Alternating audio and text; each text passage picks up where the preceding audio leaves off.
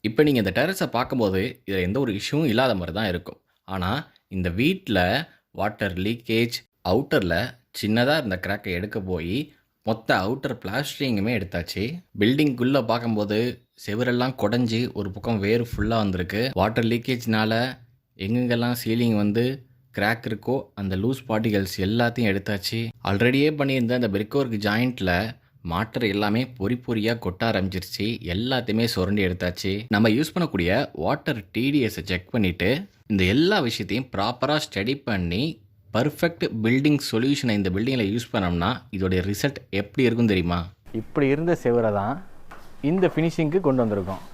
Water லீக்கேஜ்னால இப்படி இருந்த சீலிங்கை தான் கெமிக்கலை யூஸ் பண்ணி ரிப்பேர் ஒர்க் பண்ணி இந்த ஃபினிஷிங்கில் கொண்டு வந்திருக்கோம். இந்த மாதிரியான ரிப்பேர் ஒர்க்குக்கெல்லாம் ப்ராப்பர் சொல்யூஷன் நம்ம டெல்டா பில்டர்ஸ் தான். நீட் இருக்கவங்க காண்டாக்ட் பண்ணுங்கள். பெஸ்ட் ஒர்க்கை நாங்கள் உங்களுக்கு பண்ணித்தரோம். Thank you friends.